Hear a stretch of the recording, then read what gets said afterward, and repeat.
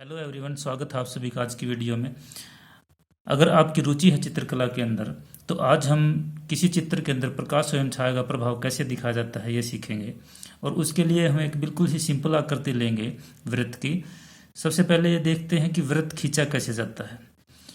आप 4 बिंदु लेंगे, एक ऊपर एक नीचे और उसके दाएं बाएं, समान दूरी पर होंगे ये। इन चारों बिंदुओं को मिलाकर आप एक अच्छे से वृत्त की आकृति खींच सकते हैं, अगर आपको वृत्त की आकृति खींचने में दिक्कत है तो। इनकी सहायता से आप वृत्त की आकृति खींच सकते हैं। इसके अलावा आप एक क्षैतिज रेखा ले सकते हैं, एक लंब रेखा ले सकते हैं।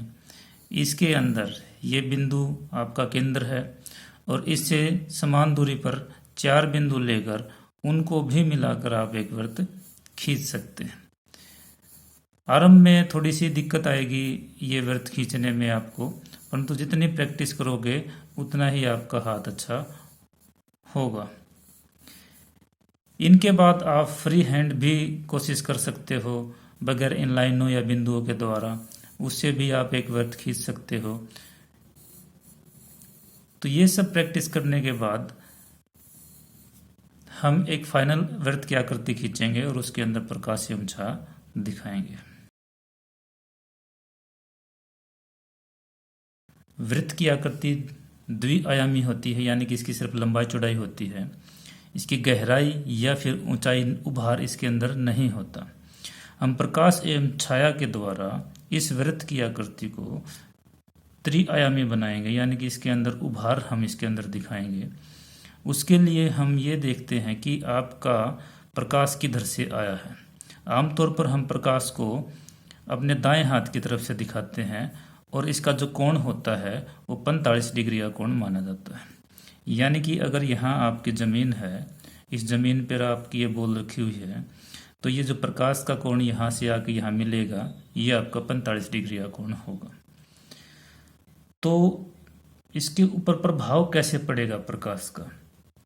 ये जो बिल्कुल सामने का हिस्सा होगा इसका, ये सामने का हिस्सा आपका बिल्कुल प्रकाश के अंदर आएगा और ये लाइट होगा, ये चमकीला हिस्सा होगा।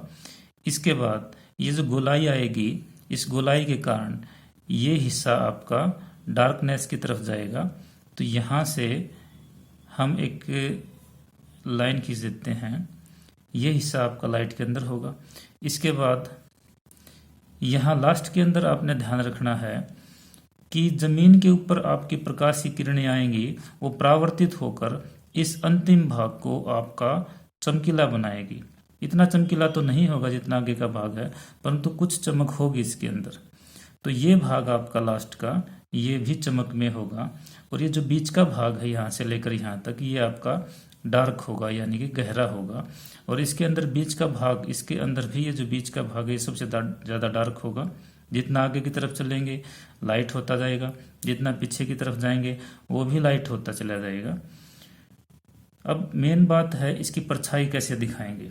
अब क्योंकि हमने ये मान लिया है कि ये 45 डिग्री का कोण यहाँ पर बनाएगी, तो इसके अनुसार अगर इसके समानांतर हम एक किरण यहाँ से गुजारते हैं तो वो किरण आपकी यहाँ टकराएगी।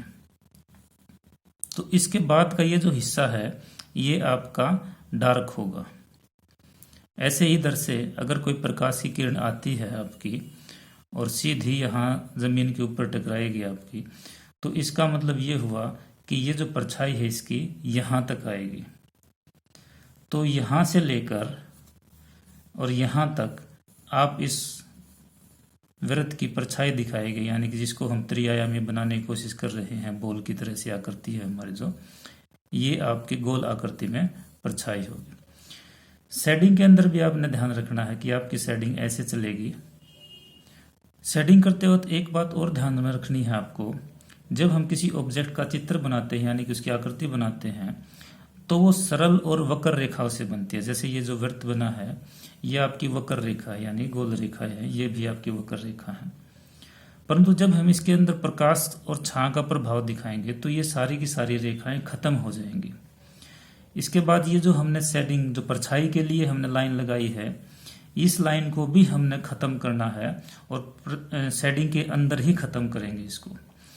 और ये भी ध्यान रखना है कि शेडिंग जो है जहां से बॉल का वो हिस्सा यानी कि इस आकृति का वो हिस्सा जो जमीन पर टिका हुआ है वहां से डार्क ज्यादा होगा और आगे जाता जाता लाइट हो जाएगा।